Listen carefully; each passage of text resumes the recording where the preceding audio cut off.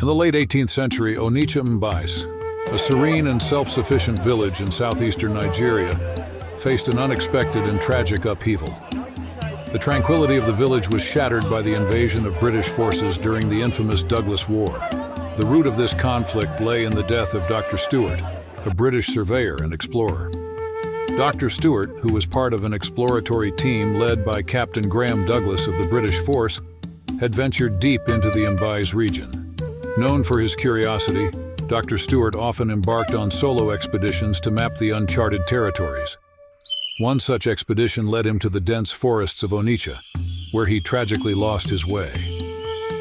On a fateful day, as Dr. Stewart wandered through the lonely routes of Onicha with his white horse bicycle, he was captured by a group of notorious Onicha natives.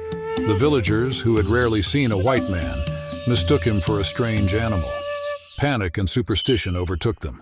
Dr. Stewart was dragged along the routes to Onicha Square. His pleas and protests fell on deaf ears, and in their fear and confusion, the natives brutally killed him. His lifeless body was gruesomely roasted and shared among those who had captured him, including a few Ahiara natives. As a macabre symbol of their deed, they hung his wristwatch and bicycle on a tree, believing it would prevent the objects from revealing their crime to the outside world. Captain Graham Douglas, alarmed by Dr. Stewart's prolonged absence, began a desperate search. Guided by the white scraps of paper Dr. Stewart had dropped along his route, Douglas traced his colleague's last journey to Onicha. The discovery of Stewart's fate filled him with a resolve for retribution.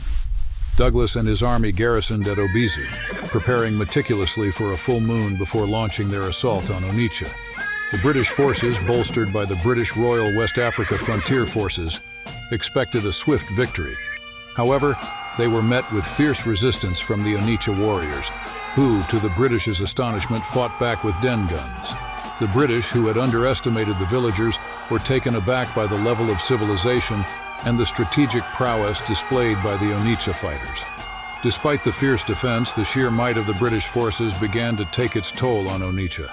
Realizing the futility of a prolonged battle and hoping to avoid further bloodshed, Douglas declared a ceasefire. He then cunningly proposed a treaty, urging the Onicha warriors to surrender their guns at Awada Onicha, one of the captured villages, assuring them of their safety and promising peace.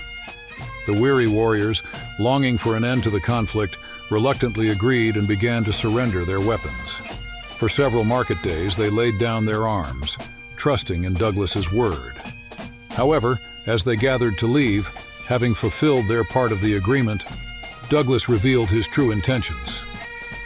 He ordered his soldiers to open fire on the unarmed warriors, resulting in a horrific massacre. Only a few warriors managed to escape with their lives and their den guns. With the warriors decimated and the town in disarray, the British forces swiftly took control of Onicha. The once vibrant and resilient village was now under the oppressive grip of the British, marking a dark chapter in the history of Onicha Mbaise. The treachery of Douglas's actions left an indelible scar on the community, serving as a grim reminder of the cost of trust betrayed and the ruthlessness of colonial conquest.